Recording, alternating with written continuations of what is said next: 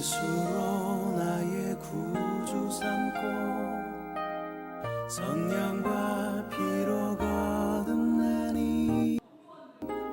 이 세상에서 내 영혼이 하늘의 영광 누리도다. 예수로 나의 구주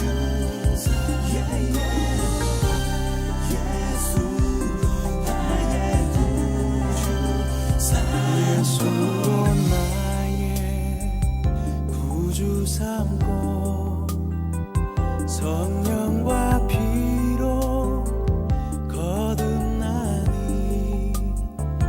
이 세상에서 내 영혼이 하늘의 영광 누리도다.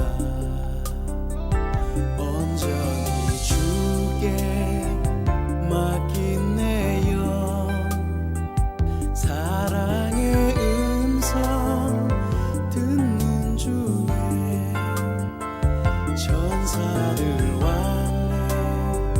왕래하는 것과 하늘의 영광 보리로다. 이것이 나의 간증이요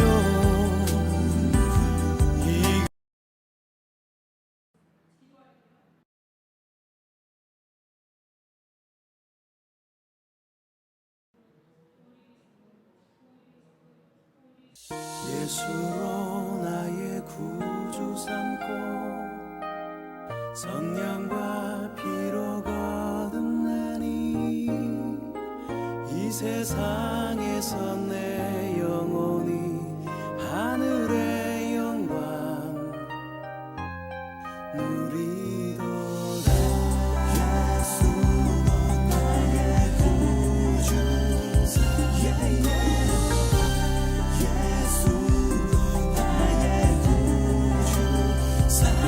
예수로 나의 구주 삼고 성령과 피로 거듭나니 이 세상에서 내 영혼이 하늘의 영광 누리도다. 온전히 주께 맡긴 내 영 사랑의 음성 듣는 중에 천사들 왕래하는 것과 하늘의 영광 보리로다. 이것이 나의 간증이요 이것이 나의 찬송이세. 나 사는 동안 끊임없이 내 구주를 찬송하리로다.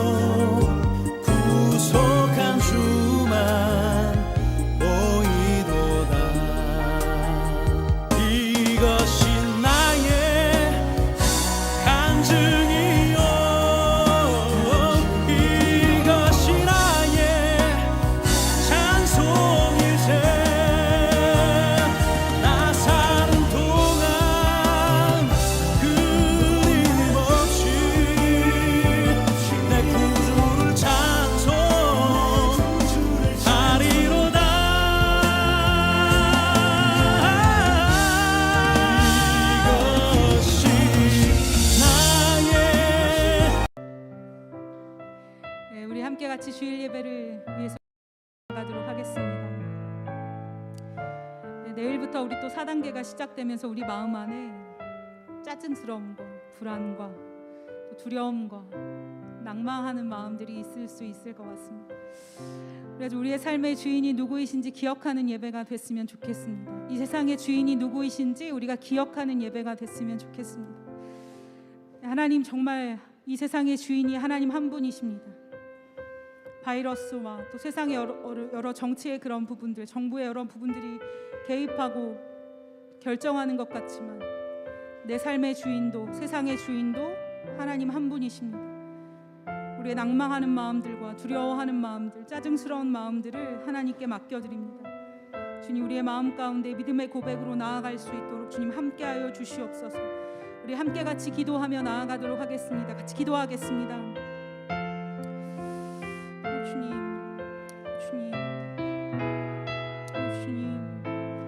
우리의 삶의 주인이 하나님이심을 우리가 기억합니다. 이 세상의 주인이 하나님이심을 우리가 믿음으로 고백하며 나아갑니다. 주님, 우리가 그래서 믿음의 눈을 들어서 하나님 이 시간 하나님을 바라보기를 원합니다. 이와 같은 때 우리가 우리의 마음을 드리고 우리의 삶을 들여서 하나님을 예배하며 경배하며 나아갑니다. 우리의 삶의 주인이 하나님 한 분이시기 때문에 우리가 하나님 믿음의 눈을 들어서 하나님을 바라봅니다. 주님, 우리 마음을 인도하여 주시고 예배 가운데 함께하여 주시옵소서.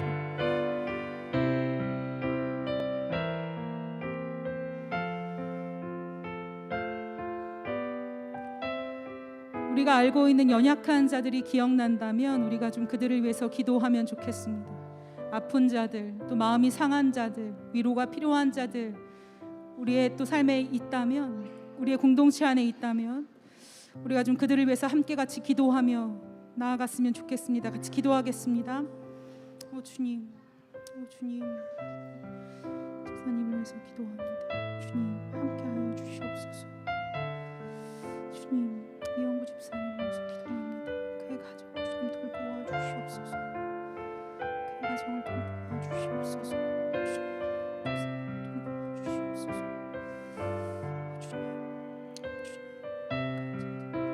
함께하여 주시옵소서. 주님, 그들 가운데 하나님의 도우심을 일하시니 주님 주시기를 그들 가운데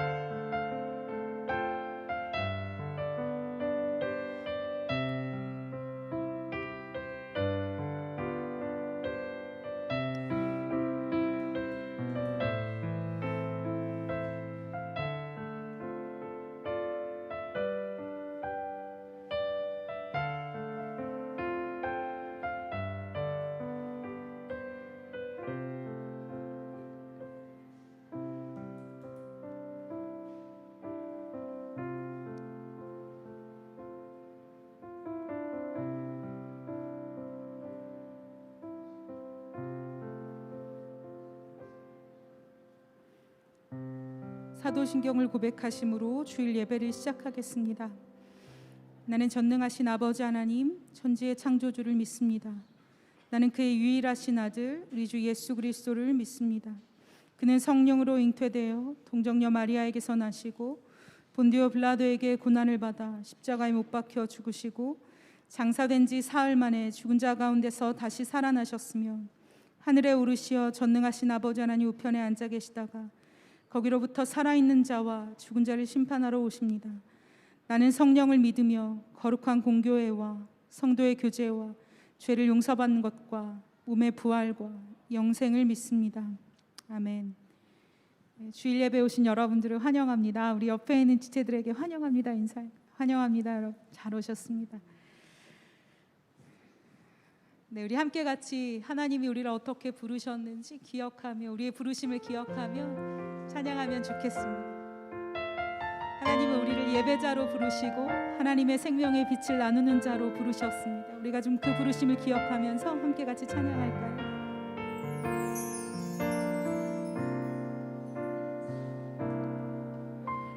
주의 말씀 앞에서 당신은 참된 예배자 그토록 찾으시던 하나님의 기쁨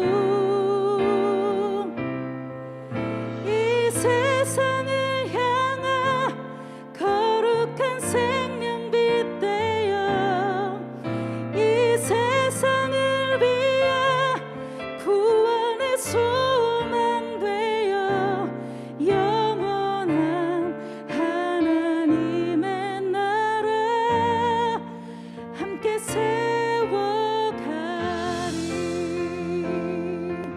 주의 부르심 따라 주의 부르심 따라 당신의 삶을 드릴 때 세상은 당신 안에서 주의 영광 보리라.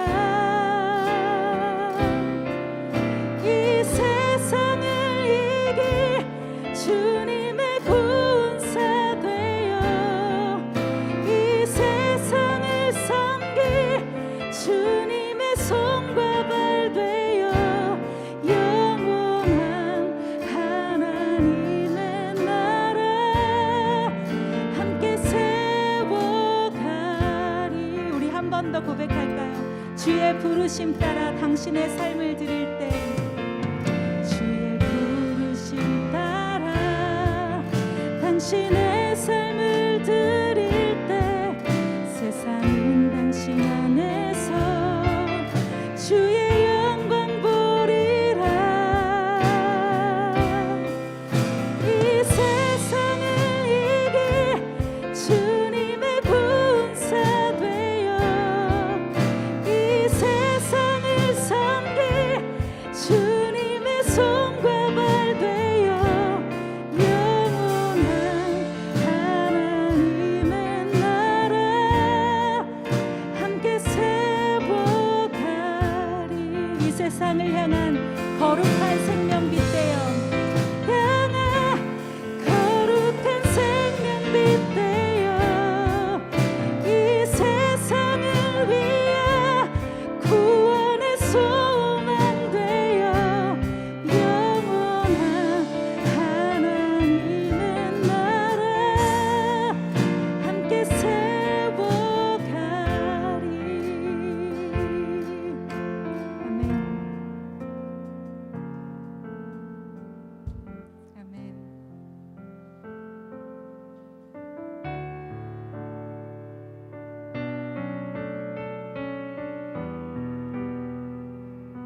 우리가 이와 같은 때 할 수 있는 것이 무엇이 있습니까?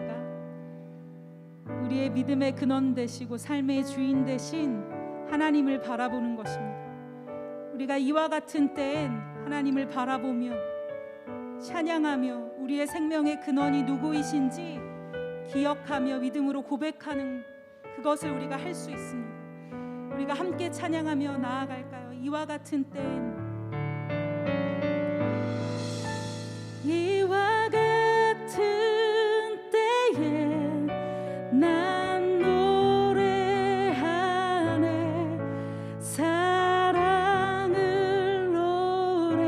노래하네 주님께 이와 같은 때에 손 높이 들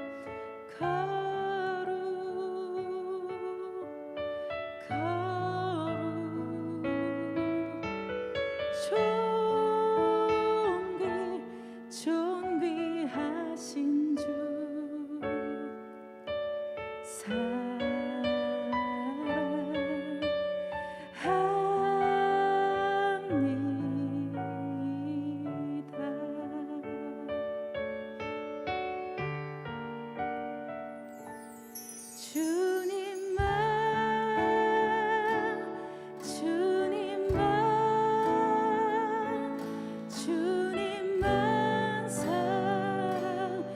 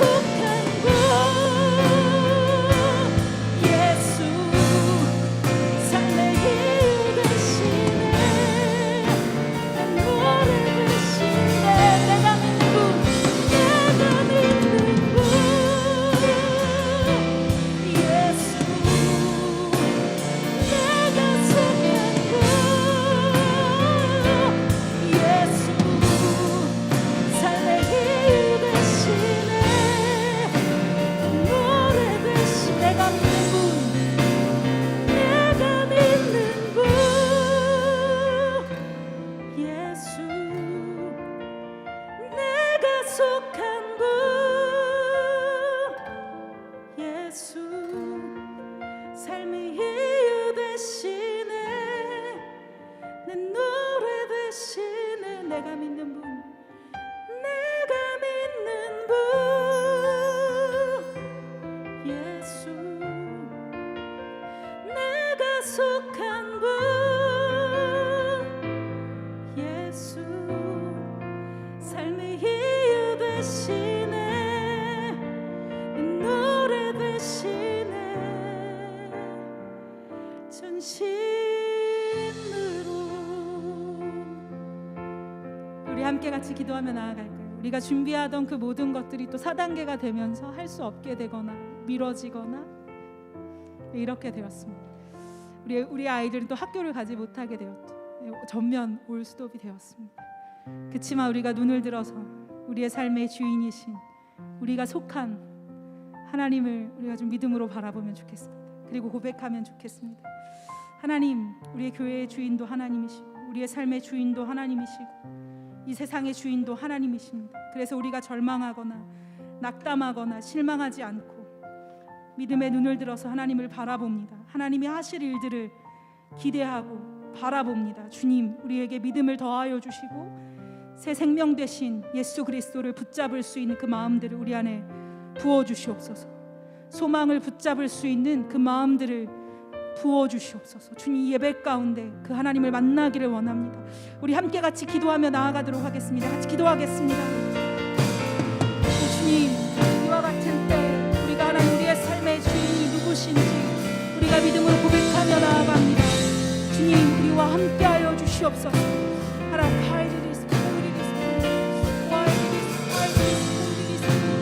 주님,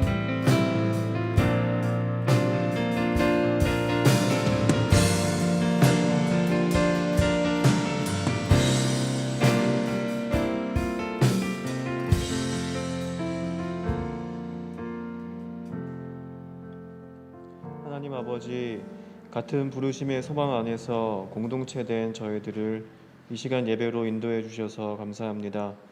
안개처럼 잠깐 보이다 사라질 수 있고 내일 일을 알지 못한 채 하루하루를 살아가는 존재들인데도 언제까지나 살아있을 것처럼 내일을 계획하며 살아가고 있습니다. 지난 한 주간도 저희에게 주신 삶을 하나님께서 원하시는 것을 따라 이런저런 일을 하며 살아야 마땅하지만 그보다는 나와 세상의 다른 이들이 추구하는 것을 따라 행한 일들이 많았습니다. 저희의 어리석고 교만함을 용서하여 주시옵소서. 저희 일상에서 오직 하나님의 뜻만이 이루어지기를 원합니다. 코로나로 인한 생활의 불편을 한결 덜어낼 수 있을 것 같았는데 오히려 가중되게 되어 실망과 걱정이 많아진 한 주간이었습니다. 더불어 덥고 습한 날씨까지 더해서 힘겨운 일이 많을 수 있는 환경인데 우리의 마음과 생각의 중심을 주님 안에서 지켜갈 수 있도록 도우시는 하나님의 손길을 붙잡게 하여 주시옵소서. 이런 가운데 생활의 어려움이 더해진 이들의 필요를 위해 기도합니다. 정부와 주변의 공동체들의 손길들을 통해서 하나님께서 함께 하시기를 간구합니다. 새로운 구도로 시작된 올해의 사역이 중반을 넘어가고 있습니다.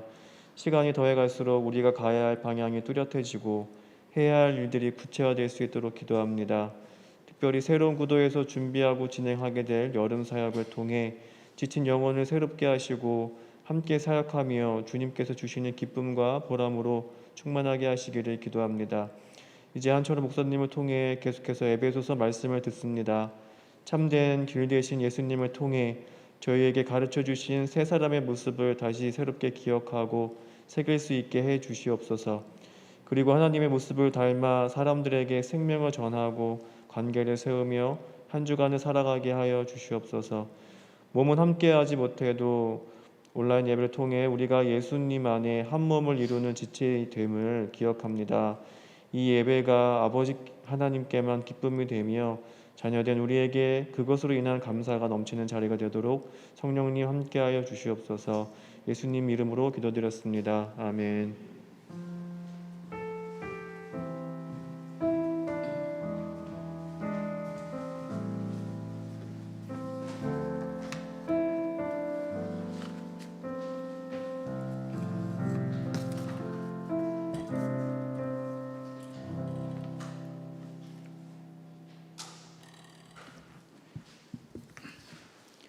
네, 예배 오신 여러분들 환영합니다. 계속 얘기하는 것처럼 또 코로나 상황이 안 좋아져서 우리 또 많이 모여서 예배 드릴 줄 알았는데 이렇게 적게 모여서 그래도 뭐 다 온라인에 다 들어와 있는 걸로 믿습니다. 여러분들 좀 피곤해, 코로나가 좀 피곤해져서 그런지 이렇게 보니까 방역 같은 거 잘 안 지키는 것 같아요. 이전보다 좀 피로도가 높아져서 저희도 보니까. 그래서 여러분들 건강 유의하시고요. 잘 지키시면 좋겠습니다. 자, 우리가 에베소서 계속 공부하는데요. 네, 여러분 일주일에 한 번 정도는 에베소서 읽으시죠? 네, 읽는다고 생각하고. 그래서 여러분 에베소서 읽으면서 여러분 가장 많이 등장하는 단어가 뭔지 아세요? 그러므로입니다. 그러므로. 각 문장 시작할 때마다 그러므로 시작해. 무슨 말입니까? 앞에서 말한 것대로 뭐 그런 뜻이죠. 그래서 에베소서 전체 통으로 여러분들 읽으면서 각 부분들을 또 따라오면 너무너무 좋을 것 같습니다. 자, 4장 17절 앞에서 무슨 얘기를 했습니까? 제가 에베소서 서신서를 읽는 세 가지 그 흐름에 대해서 얘기했죠. 첫 번째, 우리는 도대체 무엇을 믿는가? 그죠? 하지 말라고요? 저보고?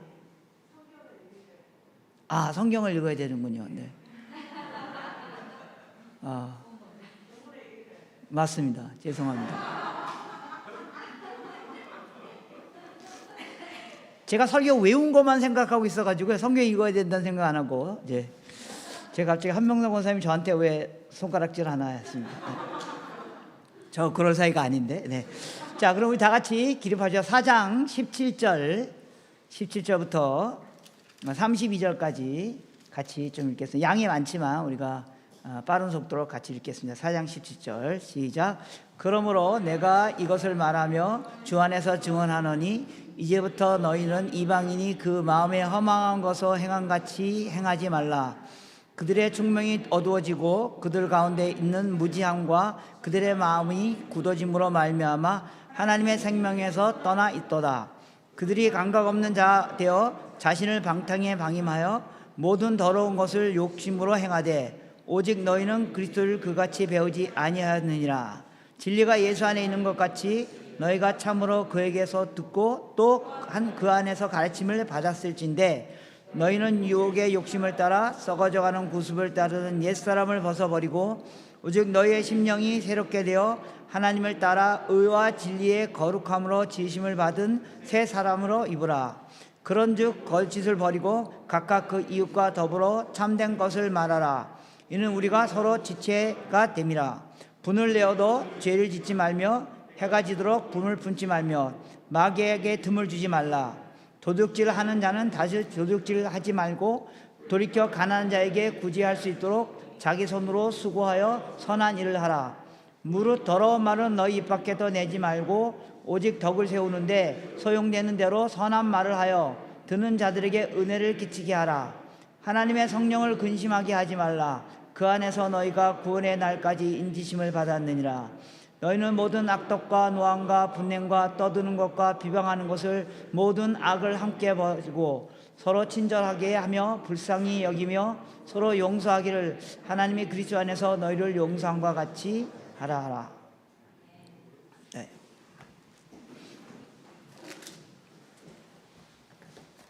네, 다시 시작하겠습니다. 그래서 에베소서 읽으면서 가장 많이 등장하는 단어가 그러므로입니다. 그러므로, 즉 앞에서 얘기했으므로 그런 뜻이라는 거죠. 그래서 앞에서 무슨 얘기를 했습니까? 그 서신서를 읽는 아주 세 가지 중요한 키워드 기억나시죠? 우리는 도대체 무엇을 믿는가? 우리는 도대체 어디에 소속되어 있는가? 우리가 하나님의 우리가 죄와 허물로 죽을 수밖에 없었던 자들이었지만 예수 그리스도로 말미암아 죄와 사망에서 구원의 자리에 이른 은혜를 얻었으므로, 그죠? 그것을 우리가 믿는 거라는 거죠. 그래서 하나님이 모든 만물을 통치하시고 주관하시는 분이라는 것을 믿고 그리스도 안에서 교회 머리이신 그리스도를 통해서 만물 가운데 충만함을 이루시는 그것을 우리가 믿는다는 겁니다. 그래서 우리가 어디에 소속되어 있다고요? 교회에 소속되어 있다는 겁니다. 그래서 교회에 소속되어 있는 우리들은 어떻게 살아야 되는가? 우리 지난주부터 우리가 4장 1절부터 배웠습니다. 특히 4장 1절부터 16절까지는 교회 공동체의 원리들 다시 한번 공부하고 그 안에서 하나님께서 각각의 은사를 따라 우리에게 은사를 따라 어떻게 공동체를 섬기게 했는가를 배웠고요. 우리 4장 17절부터 그 안에 소속되어 있는 우리들은 어떤 삶을 살아야 할 것인가를 우리가 구체적으로 배우는 것입니다. 특별히 뭘 배웠는가? 우리 20절부터 24절에 보면 우리가 그리스도께로부터 배웠다. 그리스도께로 배웠다. 우리가 계속 공부했죠. 에베소 1장부터 보면 그걸 배웠다는 겁니다. 그걸 배웠기 때문에 21절부터 24절에 그러므로 너희는 썩어져가는 유혹의 욕심을 따라 썩어져가는 구습의 옛사람을 버리고 오직 심령이 새롭게 됨을 따라 하나님의 의의 진리를 따라 새로운 자의 삶을 살아야만 한다. 그 삶을 살아야 된다라고 오늘 4장 17절부터 우리가 어떤 삶을 살아야 할 것인가를 얘기하고 있는 것입니다. 버려야 할 옛사람은 무엇입니까? 그건 과거에 이방인처럼 살았던 삶을 말하는 겁니다. 오늘 성경에서 말하는 이방인은요, 예배석 교인들이 이방인 사람들이었지 않습니까? 그런 민족적 이방인을 얘기하는 게 아니라 예배석 사람들이 민족적으로 이방인이었지만 예수 그리스도 안에서 하나님의 백성이 됐다는 겁니다. 그래서 여기서 말하는 이방인은 종족으로서 이방인을 말하는 것이 아니라 그리스도 안에 있지 않은 자들, 하나님의 백성이 되지 않은 자들, 이전의 삶을 살았던 사람들을 지칭하는 단어라고 말할 수 있습니다. 여러분, 그레코 로마 시대, 즉 로마 시대 이방인들은요, 즉 하나님을 알지 못했던 사람들은 들의 정신세계와 영적 세계의 특징을 한마디로 말한다면 절대적 가치를 모르고 윤리의식의 부재였습니다. 그러니까 그 당시 시대에 이미 신들이 있지 않습니까? 여러분, 그리스 로마 신화 이런 데서 많이 봤지 않습니까? 그 그리스 로마 신화에 나오는 신들의 그 모양이 뭐예요? 절대적 신이 존재하지 않습니다. 신도 여러 명입니다. 별의별 신이 다 있습니다. 그죠? 뭡니까? 처음에 그 태양의 신이 태양을 만들고, 그 다음에 또 땅의 신을 만들고, 또 아름다움의 신을 만들고, 또 미움의 신을 만들고, 또 무슨 신을 만들고, 각각의 신들. 그래서 그리스 로마 시대, 즉 그 당시 이방 시대의 신관념은 절대적인 신이 존재하지 않고 다원론입니다. 모든 것이 다 신이다. 그것이 당시의 사회였었습니다. 또 당시 이교도들의 그 절대적인 가치가 존재하지 않기 때문에, 즉 절대적인 윤리 기준이 없다는 겁니다. 그래서 여러분, 그레코 로마의 그 신화에 보면 윤리 기준이 없습니다. 그죠? 신이 인간들하고 막 같이 뭐 자기도 하고, 그래서 애를 낳기도 하고, 뭐 신하고 인간하고 막 싸우기도 하고, 신이 막 미워하기도 하고, 인간을 미워하기도 하고, 그래서 절대적인 가치 기준이 없는 이 두 가지가 당시 이방인들이 갖고 있었던 정신세계와 윤리관이었다는 겁니다. 따라서 그런 이방인들의 삶을 따라가지 말고 새로운 삶의 자리에 들어가야 돼야만 한다는 것이 오늘 본문에서 얘기하려고 하는 겁니다. 자, 그러면 그런 이방인들의 삶의 특징이 무엇입니까? 17절부터 세 가지로 말하고 있습니다. 17절 처음에 뭐예요? 허망한 자들의 삶이라는 겁니다. 허망한 자들의 삶이라는 겁니다. 17절에 이방인들의 첫 번째 특징은 허망한 것을 쫓는 것에 있다는 겁니다. 즉 참 하나님을 알지 못하고 참 삶의 절대적인 목적과 방향이 없으면 허망하게 살 수밖에 없다는 겁니다. 이방인들은 진정한 삶의 목적과 가치와 방향을 갖고 있었지 않았기 때문에, 하나님에 대한 참 지식을 갖고 있지 않았기 때문에 삶의 목적과 방향이 없다는 겁니다. 삶의 목적과 방향이 없으면 뭐예요? 허망해진다는 겁니다. 그래서 하는 게 뭐예요? 우상 숭배하는 거라는 겁니다. 그래서 이방인들의 첫 번째 특징은 바로 우상 숭배하는 거라는 겁니다. 여러분, 우상 숭배의 원인이 뭐예요? 우상 숭배의 원인은 두려움입니다. 두려움입니다.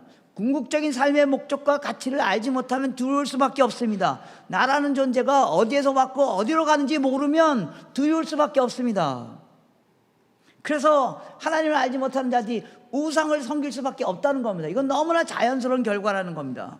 그런데 왜 그 우상이 허망합니까? 우상은요, 뭐예요? 냄새도 맡을 수도 없고, 손도 팔도 없고, 움직일 수도 없고, 뭐 말도 못하는 게 우상이라는 겁니다.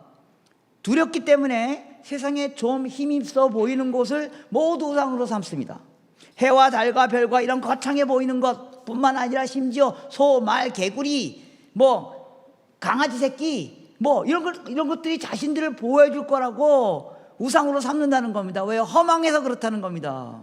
인간은요, 뭔가 믿을 구석이 있어야지만 살아갈 수 있는 존재입니다. 그런데 그 절대적인 믿을 구석을 찾지 못했기 때문에 온갖 것을 다 우상으로 만들어서 믿어보려고 한다는 겁니다. 이런 우상들이 얼마나 어처구니 없는 존재인지 성경은 이렇게 묘사합니다. 신명기 4장 28절에 보면요, 너희들이 만든, 거기서 사람의 손으로 만든 바, 우상은 사람의 손으로 만든 거라고요. 보지도 못하고 듣지도 못하고 먹지도 못하고 냄새도 맡지 못하고는 그런 목석과 같은 신들을 니네가 섬기고 있구나. 되게 웃긴다. 왜요? 허망하기 때문에 그렇다.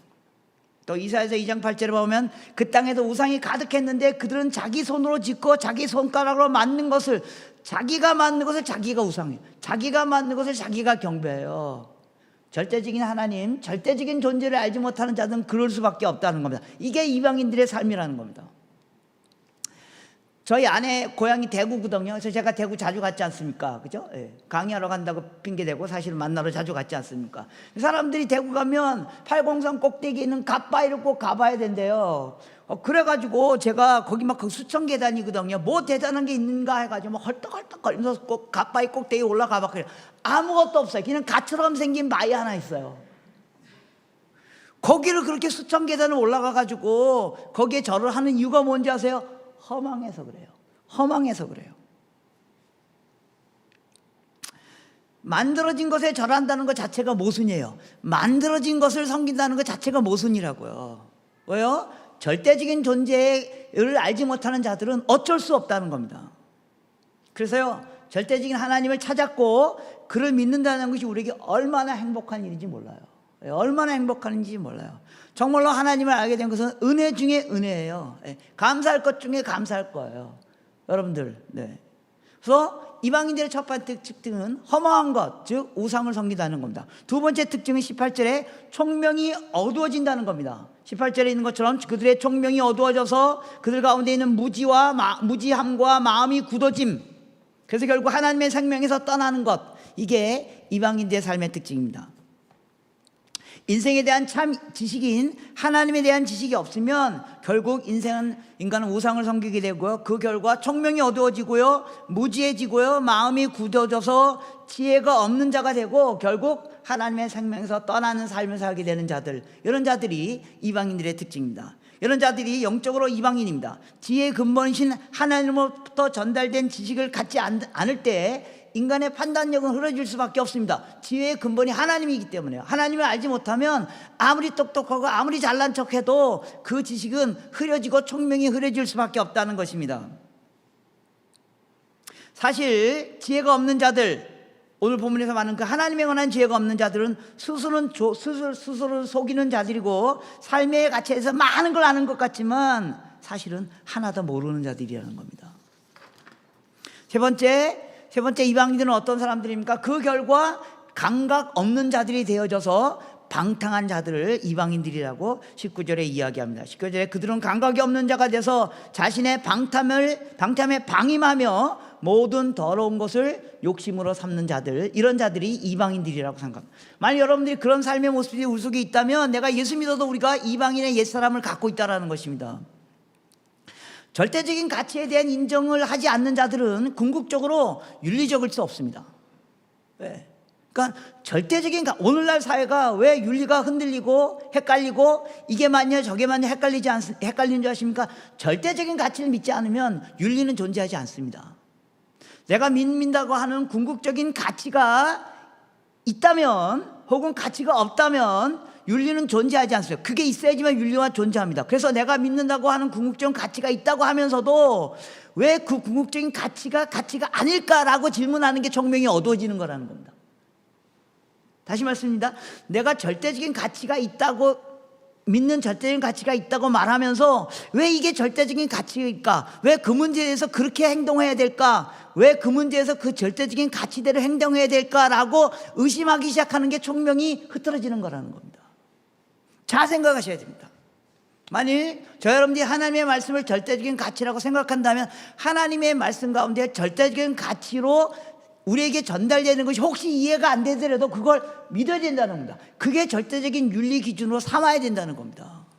그게 왜 그럴까라고 생각하는 게 총명이 흩어지는 것이라는 것입니다. 우리 문제는 그 절대적인 가치를 인정하면서 그것이 오늘 현실 속에서 부딪히는 문제 사이에 생기는 간극을 어떻게 풀어갈 것인가를 고민해야지만 지혜가 생기는 것이지 그게 왜 절대적인 가치인가라고 질문하기 시작하면 그러면 우리 총명이 흐려지게 된다는 겁니다. 궁극적인 가치 밖의 가치를 가지면서 윤리적이라고 혹은 사변적이라고 말할 수 있는 유일한 방법은 궁극적인 가치가 더 이상 존재하지 않는다고 선언해야만 합니다. 그래서 이게 근대 계몽주의의 정신입니다. 신이 죽었다라고 말해야만 한다는 겁니다. 신이 죽었다고 말해야만 이제까지 생각하고 있던 절대적인 가치에 도전하는 질문을 할 수 있다는 겁니다. 결국 오늘날 이 세계는 바로 이 계몽주의 정신에 신이 죽었다고 말할 수밖에 없는 그런 상황 안에 있다는 사실. 그래서 우리가 윤리적으로 절대적인 가치가 요청하는 윤리를 때로는 거부하고 그 윤리 안에서 새로운 윤리를 찾기 위해서 오히려 허망해지고 오히려 총명이 흐려지는 그런 일들이 우리 가운데 일어나고 있다는 겁니다. 바울은 이러한 하나님을 알지 못하는 인간이 결국 허망해졌을 때 나타나는 현상을 로마서 1장 20절부터 32절에게 좀 더 크게 좀 더 확대해서 설명했습니다. 그러니까 오늘 17절부터 19절의 내용을 확대해서 설명한 것이 바울이 똑같은 내용을 설명한 것이 로마서 1장 20절부터 32절의 말씀입니다. 좀 길지만 한번 읽겠습니다. 아마 자막이 올라갈 겁니다. 로마서 1장 20절에 인간이 어떤 존재냐면 이렇게 시작됩니다. 창세로부터 그의 보이지 아니하는 것 곧 그의 즉 하나님의 영원한 능력과 신성이 그 만드신 만물에 분명히 보여 알려졌으나 그러므로 그들이 핑계할 것이 없도다. 하나님을 알되 하나님을 영원롭게 하지 아니하며 감사도 아니하지 않고 오직 그 생각이 허망하여져서 미련한 마음이 어두워졌으니 스스로 지혜 있다고 하나 어리석게 돼서. 스스로 지혜 있다고 생각하는 어리석은 자들이 어떤 자들이냐면 절대적인 가치를 인정하지 않는 자들이라는 겁니다. 그래서 23절 썩어지지 아니하는 하나님의 영광을 썩어질 사람과 새와 짐승과 기어다니는 동물 모양의 우상으로 바꿨느니라. 그러므로 하나님께서 그들의 마음의 정욕대로 더러움에 내버려 두사 그들의 몸을 서로 욕되게 하게 하셨으니 이는 그들이 하나님의 진리를 거짓 것으로 바꾸어 피조물을 조물주보다 더 경배하여 섬김이니라. 주는 곧 영원히 찬송할 이시로다. 아멘. 이 때문에 하나님께서 그들을 부끄러운 욕심에 내버려 두셨으니 곧 그들의 여자들도 순리대로 쓸 것을 바꿔 영리로 쓰며 그와 같이 남자들도 순리대로 여자 쓰기를 버리고 서로 향하여 음욕이 부릴 듯하며 남자가 남자와 더불어 부끄러운 일을 행하며 그들의 그릇 때문에 상응한 보응을 그들 자신이 받았느니라. 또한 그들의 마음에 하나님이 두기를 싫어하며 하나님께서 그들을 그 상실한 마음대로 내버려 두사 합당치 못한 일을 하게 하시니 곧 불의와 조악과 탐욕과 악의가 가득한 자여 시기와 살인과 분쟁과 사기와 악독이 가득한 자여 수군거리는 자여 비방하는 자여 하나님께서 미워하는 자여 능욕하는 자여 교만하는 자여 자랑하는 자여 악을 도모하는 자여 부모를 거룩하는 자여 우매한 자여 배악한 자여 무정한 자여 무자비한 자라. 그들이 이 같은 일을 행하는 자는 사형에 해당된다고 하나님께서 정하심을 알고도 자신들만 행할 뿐만 아니라 또 그런 일을 행하는 다른 자들을 옳다 하느니라. 그러니까 지금 로마서 1장 20절부터 32절까지 내용이 오늘 우리가 읽었던 에베소서 4장 17절부터 19절 내용을 바울이 확대해서 표현한 겁니다. 절대적인 존재를 인정하지 않으면, 절대적인 가치가 요구하는 그 윤리 기준을 따르지 않으면 결국 어떻게 되냐면 상대적인 윤리 기준을 찾을 수밖에 그게 바로 어리석은 짓이라는 겁니다. 그리고 그 결과는 뭐로 나타난다는가요? 탐욕으로 나타난다는 겁니다. 현대인을 위한 성경에 오늘 본문 18절에 이렇게 말했습니다. 그들의 마음이 어두워져서 그들이 고집스러워지고 그 결과 하나님께로부터 오는 생명을 놓치게 된다. 그들은 옳고 그름에 대한 감각을 잊어버리고 탐욕스러워져서 모든 외설적이고 천박한 것을 행한다 라고 되어 있다는 겁니다. 여러분 로마서 지금 그러니까 에베소 4장 17절 19절을 확대한 로마서 1장 20절부터 32절에 보면요, 로마서 죽으면서 발견할 수 있는 인상력 중에 하나는 이방인들이 허망해져서 총명을 잃고 마음이 어두워져서 방탕하게 됐는데 여러 가지 죄악을 언급하는데 그 중에 특히 동성애를 길게 예를 드는 것을 보게 됩니다. 잘 보셔야 됩니다. 자, 우리가 하나님을 왜 이 문제가 중요한 문제를 여기 언급하냐 하면, 여러분 동성애 큰 이슈잖아요 지금, 그죠? 뭐 여러분들 나이가 있으시면 좀 아닐 수 있지만 요새 젊은이들 사이에 동성애 이슈가 굉장히 큰 이슈입니다. 그러니까 동성애를 하느냐 안 하느냐의 이슈보다는 동성애에 대한 정의. 하나님은 남성과 여성을 만드셨고 여성이 여성과 관계를 하는 그 절대 안 된다는 절대적인 가치가 정말 정당한 것인가에 대한 논쟁, 그 논쟁이 빠져 있다는 겁니다. 여러분, 하나님을 믿는다는 것은 하나님이 나를 위해 존재한다는 말이 아닙니다. 내가 하나님을 위해 존재한다는 겁니다. 내가 기준을 세팅하는 게 아니라 하나님이 기준을 세팅한다는 겁니다. 여러분, 이거 싫으면 하나님 믿지 않으셔야 됩니다. 많은 경우 요즘 인본주의적 신앙을 가진 사람들의 믿음은 하나님이 나를 존재한다고 믿는 것 같아요. 그것은 하나님을 믿는 게 아니라 나를 믿는 것입니다. 하나님이 나를 위해 존재하기 때문에 인간 안에서 일어나는 모든 일이 인간들이 기대하는 대로 성취되어야 된다라고 생각하고 있다는 겁니다. 이 문제를 로마서에서 얘기한 동성애 원리하고 적용해 본다면, 때로는 인본주의적 신앙을 가지고 있는 그리스도인들이 동성애가 죄라는 것을 선언하는 것을 받아들이는 것에 약간 주저하고 있습니다. 논지는 대개 이렇습니다. 성경에서 동성애가 잘못된 것이라고 말하지만 동성애로 고통당하는 사람들의 마음을 돌보고 이해하고 사랑하기 위해서 동성애가 죄라고 말하는 것을 중지해야 된다, 아니면 조금 약화시켜야 된다 라고 하는 조건입니다. 왜냐하면 동성애로 힘들어하는 사람들은 특별히 그들이 무슨 잘못을 했기 때문이 아니라, 그런 사람들이 대부분입니다. 사실은 99%가 그들이 잘못했기 때문입니다. 그 중에 몇몇 사람들이 자연적으로 그런 성정을 갖고 태어난 것처럼 보이기 때문입니다. 그런 성적으로 태어난 것처럼 보이는 겁니다. 여러분 동성애에 많이 관심이 혹시 젊으시면, 저는 이전에 많이 관찰을 했습니다. 혹은 더 나가서 성경은 동성애를 죄라고 볼 수 없다라고 하는 새로운 총명을 발휘하는데 그게 어리석은 짓이라는 겁니다. 그래서 오늘 같은 로마서의 본문도 단순히 문화적 해석이지 우주적 원리는 아니다라고 주장합니다. 그 결과 성경에서 기록된 것을 넘어서는 정의를 내리기 시작합니다. 예를 들면 이런 겁니다. 하나님은 인간을 창조한 것이지 남자와 여자를 창조한 것이 아니다. 왜요? 처음에 하나님이 아담을 창조하셨잖아요. 아담이란 말은 인간이라는 뜻이거든요. 그래서 하나님이 인간을 창조하신 것이지 남자와 여자를 창조한 것이 아니다. 하나님이 인간을 창조했고 마치 동물 세계 안에 혹은 생물 세계 안에 암수, 동수가 있는 것처럼 인간들에게도 남성성과 여성성을 동시에 갖고 있는, 혹은 남성으로 태어났지만 여성성을 갖고 있는 남성의 남수, 동수로 태어나서 겉으로는 남성으로 보이지만 실제 여성인 사람들이 만들어질 수 있다, 이렇게 생각을 확장시키는 겁니다. 그리고 저는 이것이 하나님이 믿는 것 같지만 하나님이 믿지 않는 거라는 겁니다. 하나님은 절대적 가치 기준을 정했고 절대적 윤리 기준을 정해놨습니다. 물론 그렇다고 성경에 나오는 모든 것들이 다 절대적으로 1.1획도 변할 수 없다는 말은 아닙니다. 그러나 성경에서 분명히 하나님이 천지를 창조했다는 거, 이거 결코 변할 수 없는 원리입니다. 하나님 반드시 천지를 창조하셨습니다. 그와 같이 하나님 반드시 남성과 여성을 창조하셨습니다. 성경은 그것을 분명히 하고 있습니다.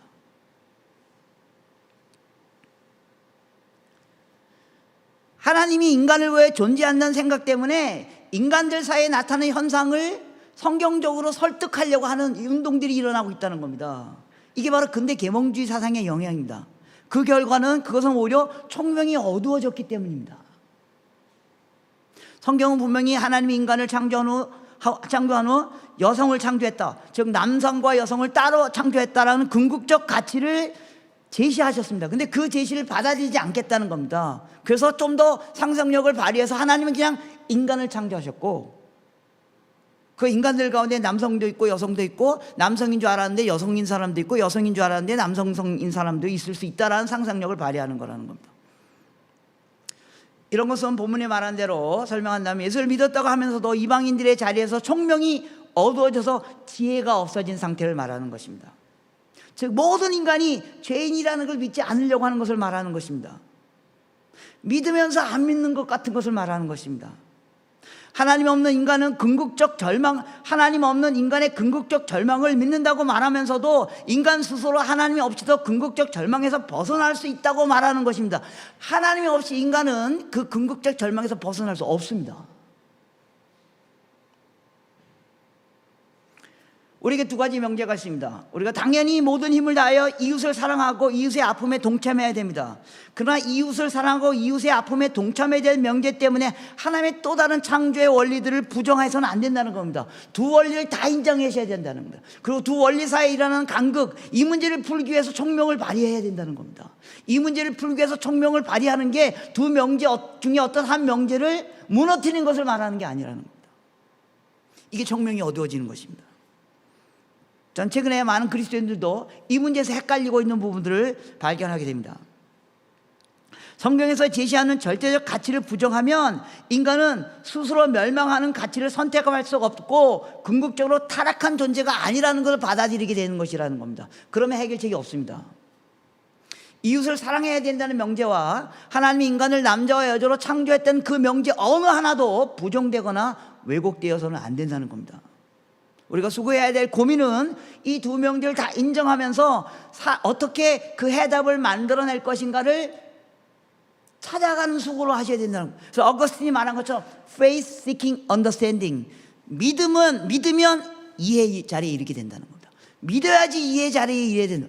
하나님은 남자와 여성을 창조했던 걸 믿어야지만 하나님은 모든 사람을 또 이웃을 사랑해야 되는 그 명제도 이해할 수 있는 자리에 들어가게 된다는 겁니다. 많은 경우 인본주의적 신앙관이 faith seeking understanding이다. understanding을 하면, 내가 understanding 하면 faith가 생긴다고 생각합니다. 아닙니다. 성경은 믿어야지 이해의 자리에 들어가게 된다고 말하고 있습니다. 어려운 길입니다. 그 길을 가는 노력도 우리가 해야 된다는 겁니다. 이런 의미에서 이웃사랑의 진정한 표현은 동성애자들이 그들의 죄악을 깨닫고 거기서 벗어날 수 있도록 도와주는 일입니다. 동성애가 죄임을 분명히 선언해야만 합니다. 마치 저와 여러분들이 음란을 취하면 죄인 것처럼.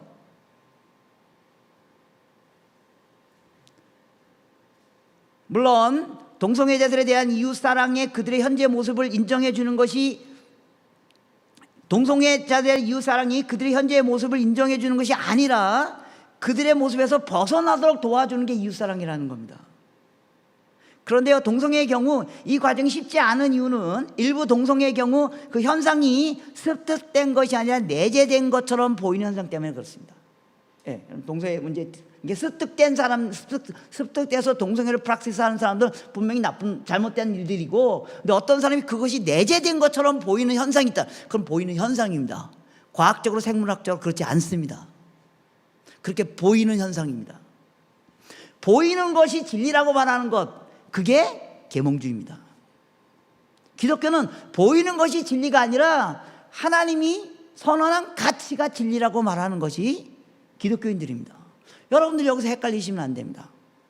특별히 젊은 분들, 동성애들의 그런 아픔에 이렇게 참여해보고 싶은 그런 마음들이 있잖아요. 여러분, 이웃사랑이라서 헷갈리시면 안 됩니다. 그 부분에 참여하는 것과 눈에 보이는 것이 진리라고 말하는 것이 아니라고 성경은 얘기하는 것에 여러분들이 생각을 구분하실 수 있어야 됩니다.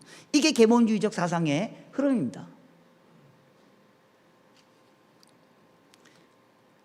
우리가 하나님께 구해야 할 지혜는 이 두 전제, 하나님은 남성과 여성을 따로 창조하셨다는 것, 그리고 남성과 여성이 둘이 한 몸을 이룬다는 것, 남성과 남성, 여성과 여성이 아니라 남성과 여성이 둘이 따로 각각이 한 몸을 이룬다는 전제와 내 이웃을 내 몸같이 사랑하는 이 두 지점의 해결 지점을 찾기 위해서 우리가 지혜를 발휘해야만 할 것입니다. 앞으로 한국 사회에서 동성애를 포함한 젠더 이슈는 아주 첨예한 사회 문제가 될 겁니다. 여러분이 벌써 돌아가는 거 보세요. 지금 다음번 대통령 선거에서 아마 분명히 젠더 이슈가 아주 키 이슈로 지금 정치인들이 굉장히 위험한 짓들을 하고 있는 겁니다. 기독교인들도 이 문제에 지혜를 발휘할 시점이 오고 있습니다. 그냥 무조건 반대하고 무조건 싸우고 그런 것이 아니라 지혜를 발휘해야 할 시점이 오고 있습니다. 잘 준비하지 않으면 교회 안에 큰 분열이 올 수 있습니다. 아십니까 여러분? 미국 교회가 이 문제 때문에 이 문제를 제대로 해결하지 못해서 미국 교회가 다 갈라졌습니다. 장로교도 갈라졌고요, 감리교도 다 갈라졌고요. 예. 성공회는 말할 것도 없고요. 우리가 이 문제를 지혜롭게 다뤄야만 합니다. 자, 이어서 25절부터 29절까지 내 쌍의 구체적인 윤리의 실천에 대한 이야기를 합니다. 첫 번째 25절에 거짓 대신 참된 것을 말하는 것, 거짓 대신 참된 것을 말하는 것이 새로운 새 사람의 삶의 모습이라는 겁니다. 또 분내는 것 대신 화해하는 것, 또 세 번째 도덕질 대신 구제하는 것, 네 번째 더러운 말 대신 선한 말을 하는 것. 다 잘합니다. 다 하는 겁니다. 매일 교회에서 설교 이런 얘기 듣는 겁니다. 이런 얘기 들을 겁니다. 그죠? 다 이런 얘기입니다. 예. 그럼에도 불구하고 우리가 이 네 영역에서 더 분발해야 된다고 생각합니다. 거짓 대신 참된 것을 말하는 것. 왜냐하면 왜 거짓 대신 참된 것을 말해야 되냐면 우리가 서로 지체이기 때문에 그렇다는 겁니다. 같은 지체에게 거짓을 말하는 것은 자기가 자기에게 거짓을 말하는 거라는 겁니다. 자신이 자신을 속이는 것처럼 어리석고 손해보는 일이 없지 않습니까? 그죠? 예. 그래서 우리가 지체들에게 거짓말하면 손해보는 일이라는 거예요. 예를 들면 내가 분명히 몸무게가 초과하고 있는데 나는 몸무게가 초과하고 있지 않아, 초과하고 있지 않아. 아무리 말해보세요. 어리석은 짓입니다. 자신이 자신을 속이는 것은 어리석은 일입니다. 그래서 거짓을 말해서는 안 된다는 겁니다. 두 번째, 분 대신 화해를 만들어 가야 되는 일입니다. 분을 내는 것은 모든 문제의 근원입니다. 관계 단절, 오해, 시비, 더 나가서 폭력 발생도 분 때문입니다. 분노 때문입니다. 제가 여러 번 인용했지만 미로슬라 볼프가 쓴 책의 배자와 포용이라는 책에서 분노는 과거와 현재에 대한 경험 때문에 일어나지만 실제 우리가 분노하는 동기는 미래에 대한 두려움 때문이다. 미래에 대한 두려움 때문에 우리가 먼저 분노하는 겁니다. 여러분, 온전한 사랑만이 두려움을 내어줬을 수 있습니다. 분을 전적으로 내지 말라는 말 아닙니다. 죄를 짓지 않는 분을 낼 수도 있습니다. 예. 그러나 분을 낸다 할지라도 우리가 분을 내야 되는 상황이 있잖아요. 뭐 가르치는 자가 학생에게, 또 부모가 자녀에게, 또 의로운 분, 사회 안에서 사회 정의, 의로운 분을 낼 수가 있습니다. 문제는 뭐냐면 빨리 화해하라는 겁니다. 빨리 화해하지 않으면 마귀에게 틈을 주는 게 된다는 겁니다. 때로는요, 의분을 내야 하는 시점에서도 아무 말도 안 하고 가만히 있는 거, 그게 오히려 이기적인 태도인 거 아세요? 때로는 의분을 내야 하는 입장에 자리에 위치해 있음에도 불구하고 아무 말도 가만히 안, 그게 이기적인 태도입니다. 의분을 낼 수 있습니다. 잘 분별하여 분을 낼 수 있습니다. 그러나 오래 가지 않도록 하는 게 포인트입니다. 오래 가지 않도록 하는 거. 오늘 본문에서요, 분을 오랫동안 품지 말라는 말만 하고 어떻게 오래 품지 말아야 할 것인가에 대한 적극적인 표현이 없지만, 오래 품지 말라는 말은 분을 낸 후에 화해하고 설득하고 이해하는 과정이 따라가야 된다는 겁니다. 그래야지만 빨리 분을 오래 품지 않게 되기 때문에, 단순히 책임감 없이 아무 말도 하지 않거나 진정성 없이 방관하거나 하는 것이 아니라, 설상 분냄의 상황에 이르다 할지라도 빨리 화해와 설득과 이해와 대화를 통하여 하나가 되도록 하는 일에 가는 용기를 내는 게 훨씬 더 어려운 일일 수 있다는 겁니다. 그 길을 가야 된다는 겁니다. 세 번째, 도적질 대신 굳이 하는 일. 도적질이란 게으름과 탐욕 때문에 생기는 행동입니다. 게으름과 탐욕 때문에 결국 도둑질에 이르게 되지 않습니까? 그래서 성경에서 요하는 세 사람은 자기 손으로 열심히 노력하고 그 얻어진 결과를 스스로에게 탐욕하는 데 사용하지 않고 이웃을 돕는 데 사용하는 것, 이게 바로 세 사람입니다. 우리 기독교인들은 열심히 일하는 것을 강조하는 종교입니다.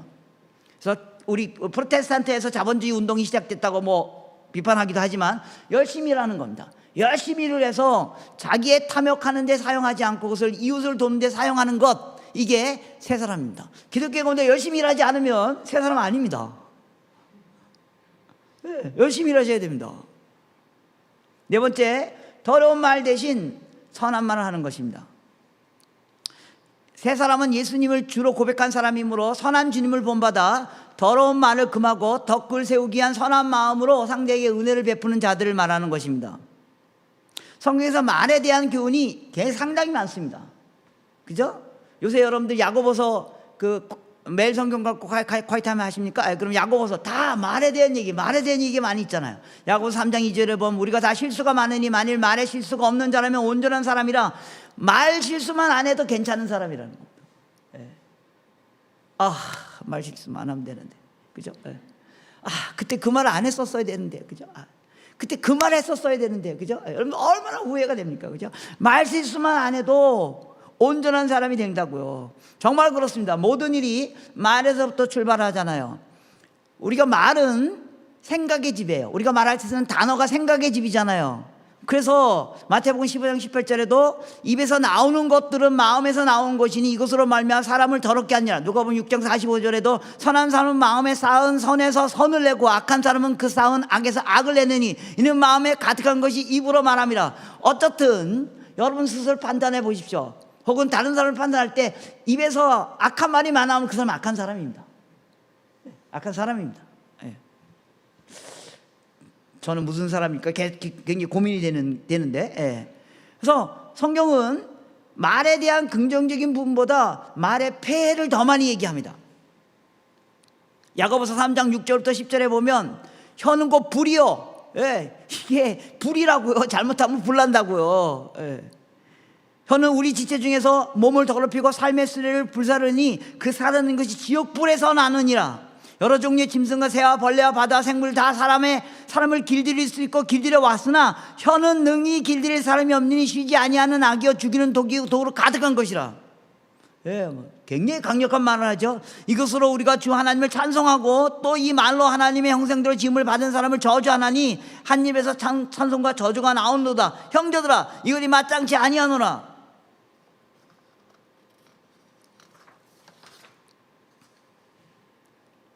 야고보서 1장 26절에 누구든지 스스로 경건하다고 생각하며 자기 혀를 재갈 물리지 아니하면 자기 마음을 속이며 이 사람의 경건은 헛되니라.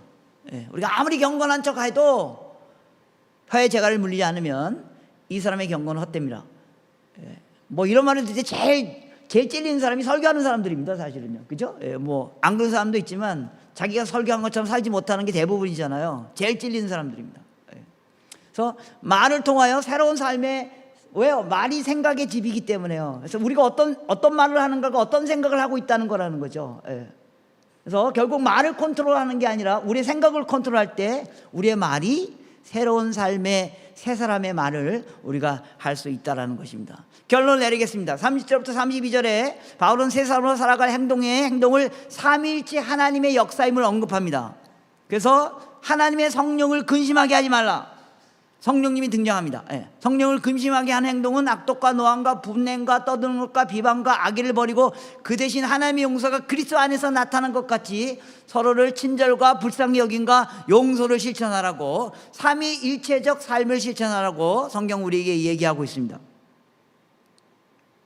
여기서 하나님의 성령과 그리스도 안에 나타난 하나님의 용서가 특별히 크게 언급되어지고 있는데요.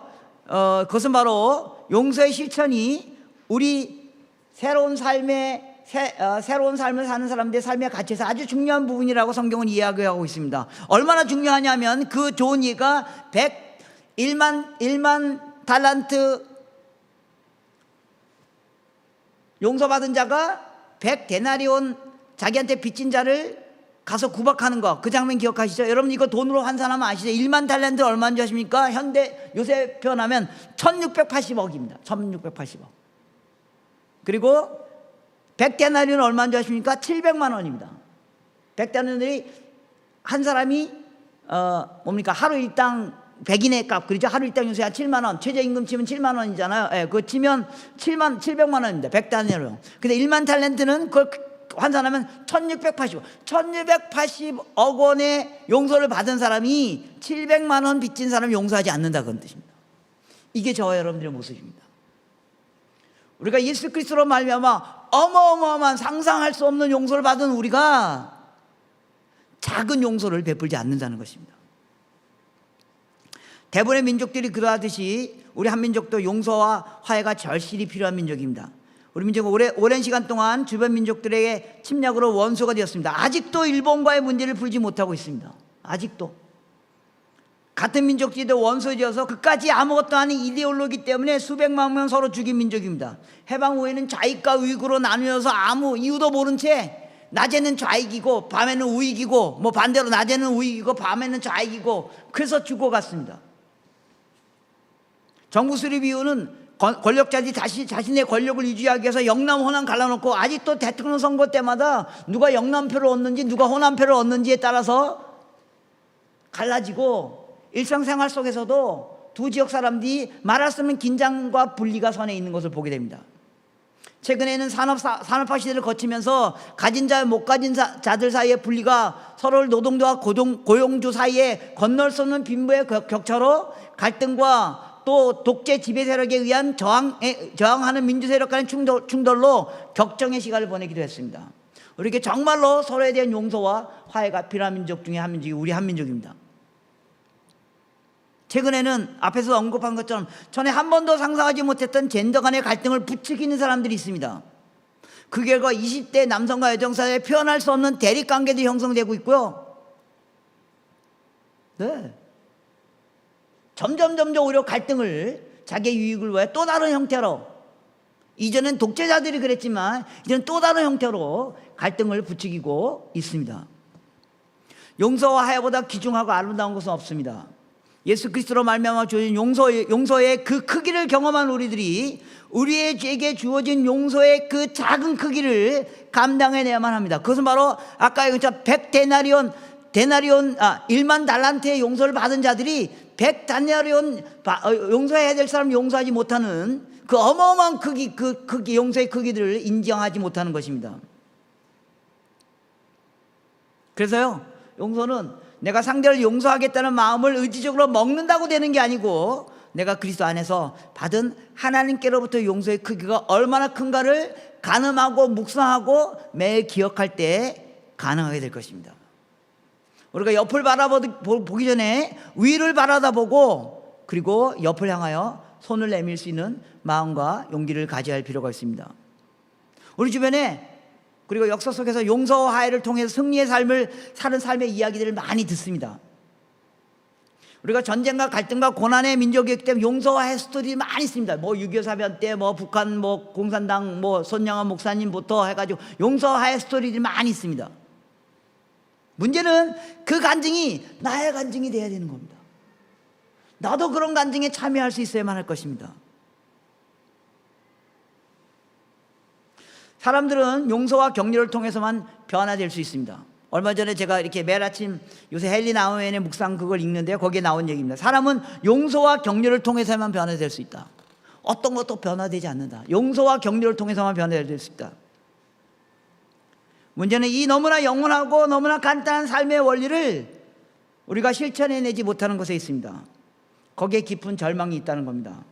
그러나 이것이 가능할 수 있는 것은 용서와 화해의 창지자이신 하나님과 그의 아들 예수 그리스도의 삶과 죽음과 십자가의 부활 사건을 우리가 매일 묵상하고 그 예수 그리스도의 십자가의 사건에 우리가 매일매일 참여하는 걸 통하여 하나님께서 우리에게 보여주신 사랑과 용서와 경험이 매일 우리 속에 있을 때만 우리도 그 용서와 사랑을 실천할 수 있을 거라고 생각됩니다.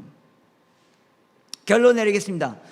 지금 설명했던 이런 실제적인 행동규범은 성경에서 계속 들어왔던 일입니다. 예배 시간에 계속 들어왔던 일입니다. 새로운 것이 아닙니다. 그럼에도 불구하고 우리가 다시 들 때 아하 그렇지 이런 생각이 들잖아요. 그죠? 예, 이런 생각이 들잖아요. 왜 그랬습니까? 그리스도 안에 있다고 하면서 여전히 우리 안에 옛사람과 새사람이 공존하고 있기 때문입니다. 그 상황에서 우리는 끊임없이 옛사람을 죽이고 새사람이 나를 지배하도록 해야만 합니다. 그리고 그것은 서로를 격려하고 때로는 견책하고 함께 일궈가는 교회 공동체 안에서 가능하다는 거예요. 그게 에베소의 포인트입니다. 교회 공동체 안에서 일이 가능하다는 겁니다. 그리고 교회 공동체 안에서 그 일이 보여져야만 한다는 것입니다. 우리 교회 공동체 안에서 서로의 선행을 격려하고 혹은 옛사람의 행동이 나올 때 서로 권면하고 또 그걸 통해서 새로운 새 사람으로 변화되도록 서로 돕는 그런 놀라운 역사가 우리 교회 공동체를 통해서 일어나기를 소망합니다. 기도하겠습니다.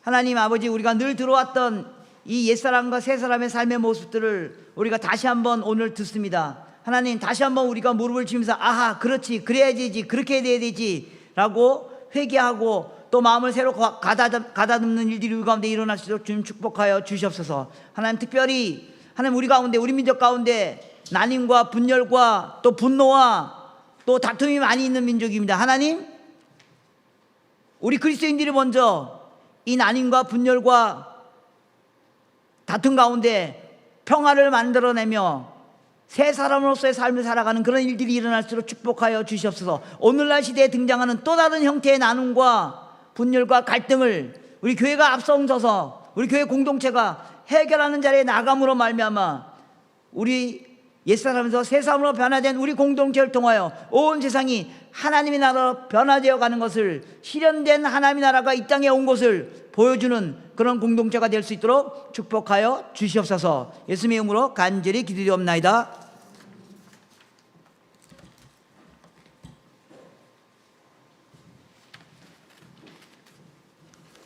예, 많은 은혜 받으신 줄 믿습니다. 우리 시간이 좀 많이 가서 제가 대표로 기도하는 시간 갖겠습니다. 아버지 하나님, 하나님을 나를 위한 하나님으로 생각할 때가 있었습니다. 주님 용서하여 주시옵소서. 하나님을 위한 삶을 날마다 살아가기를 소원합니다. 우리를 새 사람, 하나님의 거룩한 백성 자녀로 삼아주셔서 감사드립니다. 주 예수님, 참 본을 보여주셔서 감사드립니다. 성령 하나님, 충만히 임재하셔서 새 사람이 되었으니 옛사람을 날마다 버리고 새 사람을 날마다 덧입게 해주시옵소서. 거짓을 버리고 참된 것을 말하게 하소서. 분을 내지 말게 하시고 분을 내어도 속히 풀게 하소서. 도둑질하지 말고 열심히 일하여 구제하게 하소서. 더러운 말은 입 밖에도 내지 말고 덕을 세우는 선한 말만 하게 하여 주시옵소서. 아버지 하나님께서 예수님 안에서 우리를 용서하신 것처럼 우리도 서로 사랑하며 용서하는 삶을 살게 하여 주시옵소서. 아버지 하나님, 날마다 아버지께 나아가 예배함으로 예배 중에 하나님이 주시는 그 사랑과 용서를 받아 누림으로 우리 가족과 이웃들을 또 우리의 원수들을 사랑하고 용서하게 하여 주시옵소서. 아버지 하나님, 저희 교회를 주님이 기뻐하시는 교회로 계속 빚어가 주시옵소서. 코로나19의 확산세로 인해서 참 약간의 오프라인으로 모이려던 여름 행사가 다시 다 온라인으로 전환되었습니다. 불쌍히 여겨주시고 온라인 가운데서도 성령 하나님 역사하여 주셔서 우리의 심령을 새롭게 하시고 다음 세대의 심령들을 새롭게 하여 주시옵소서. 주 예수님, 병든 평안가족들, 가족 중에 병든 분들을 고쳐주시고 주님께서 이 땅에 계실 때 수많은 병자를 고치신 그 손으로 어루만져 주시옵소서. 아버지 하나님, 아버지가 주신 일터와 사업장에서 아버지가 주신 재능으로 물질을 얻게 하셔서 감사드립니다. 시간 감사한 마음을 담아 하나님께 현장 예배드리며 온라인 예배드리며 헌금을 드렸습니다. 소득헌금, 감사헌금, 건축헌금, 선교헌금, 구제헌금 드리니 기뻐 받아주시고 영광 받아주시고 주님의 뜻에 합당한 곳에 사용하여 주시옵소서. 한 주간도 코로나19로부터 모든 위험과 악으로부터 저희를 보호하여 주시옵소서. 예수님 이름으로 기도드립니다. 아멘. 예, 교회 소식 전합니다. 좀 방역 또 4단계가 돼서 오늘까지만 온오프라인으로 병행 예배 드리고 다음 주부터 2주간은 우리 온라인 예배로만 드리니까 우리 예배 준비하는 10명, 15명 정도 인원만 참여할 수 있을 것 같습니다. 여름 행사도 일정 조정 혹은 온라인 진행을 논의 중입니다.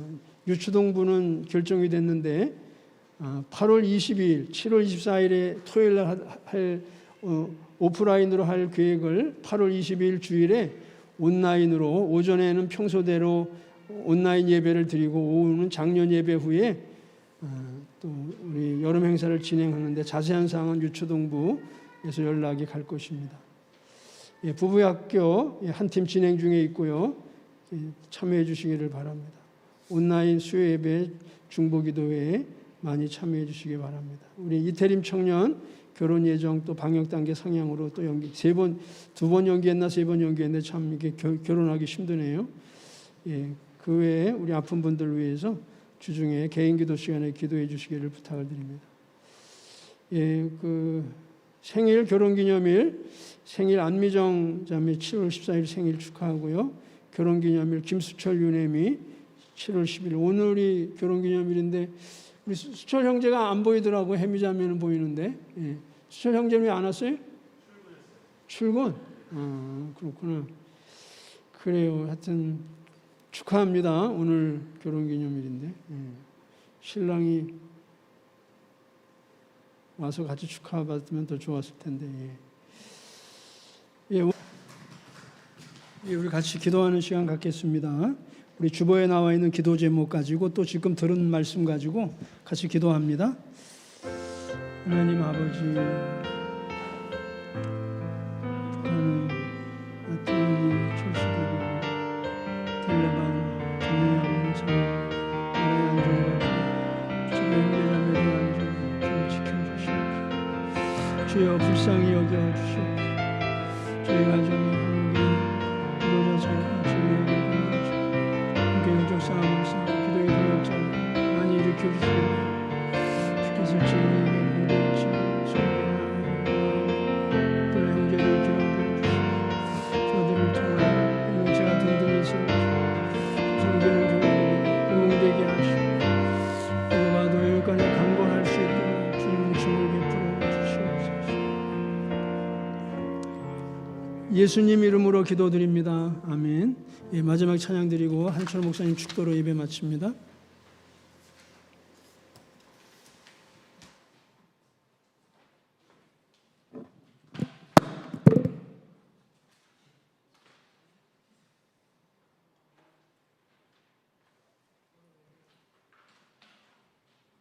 네, 우리 일어나서 같이 찬양하겠습니다.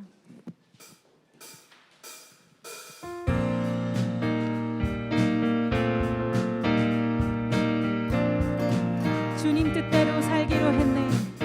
주님 뜻대로 살기로 했네. 주님 뜻대로 살기로 했네. 주님 뜻대로 살기로 했네.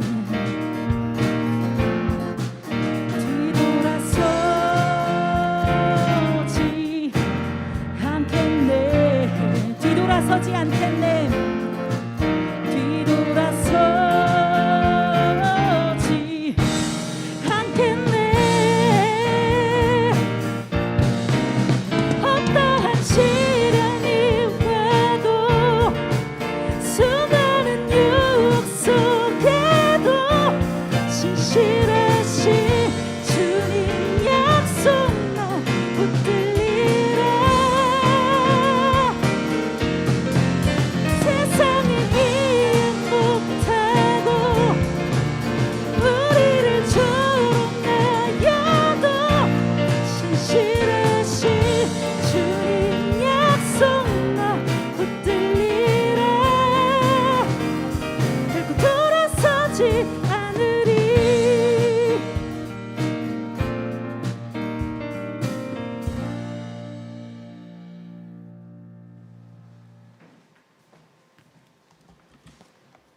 기도하시겠습니다.